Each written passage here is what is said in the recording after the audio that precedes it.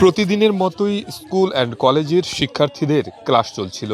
এ সময় আবহাওয়া খারাপ হয়ে কালবৈশাখী শুরু হয়, সঙ্গে তীব্র বজ্রপাত। বজ্রপাতের বিকট শব্দে আতঙ্কিত হয়ে একটি শিক্ষা প্রতিষ্ঠানের ১২ শিক্ষার্থী অসুস্থ হয়ে পড়ে।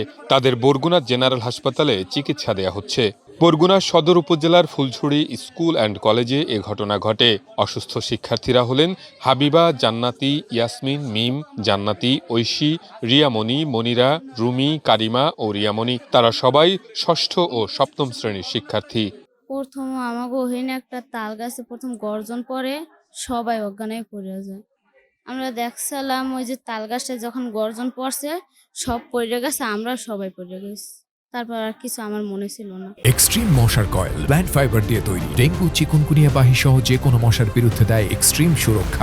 আমি ওয়াশরুমে গেছিলাম, তো প্রথম ধাবার যে ছুটছে, পরে আমি সে জায়গায় আসছিলাম, যাওয়া ধরছিলাম, পরে আমি সে জায়গায় অনেক ভয় পাইছি। তারপরে সে জায়গায় আমার মাথাটা ঘুরছিল। পরে আমার একজন ফ্রেন্ড ছিল, ফ্রেন্ডের কাঁধ পাশে আমি পড়ে মানে হয়ে গেছে। আমার অনেক শ্বাসকষ্টে অনেক শ্বাস হচ্ছে, তারপরে আমার অনেক মাথা ব্যথা করছে। আমাদের স্কুলের পাশে একটা তাল গাছ ছিল, সেই তাল গাছ পাশে গর্জনীটা পড়েছে, যেমন একদম আগুনের গোলার মতন সেই থুড়ি আছে না, থুড়ি ছুটে আমাদের দিকে আসছিল।